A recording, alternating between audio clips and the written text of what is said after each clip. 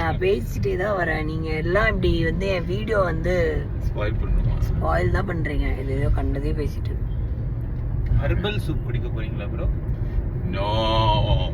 இப்போ எங்கடா ஹெர்பல் சூப்லாம் வைக்கிறாங்க? இப்போலாம் இந்த காலத்துல வந்து எல்லாம் அன்ஹெல்தி தான். ஆமா, நீங்க என்ன மேடம் அப்படியே ரொம்ப ஹெல்த்தியா சாப்பிட்டீங்க இன்னைக்கு? சொல்லுங்க, ஒரு 2 நாளைக்கு ஹெல்த்தியா சாப்பிட்ட மாட்டேன் சொல்லுங்க. எனக்கு வந்து மக்களுக்கு தெரியட்டும். டேய், கொத்து பரோட்டா வீடியோல வந்து நீ வந்து பாத்த நான் கொத்து பரோட்டா. டேய், இன்னைக்கு ஏதோ சீட் கோல்டு. சரி, அதனால நீங்க என்ன சாப்பிட்டீங்க? கோல்டுனால என்ன ஹெல்த்தியா சாப்பிட்டீங்க? ஐஸ்கிரீம் போல. எனக்கு கோல்டுனா நான் என்ன சாப்பிடுவேன்னா நல்ல சூப்பு குடிப்பேன். ஓகேயா?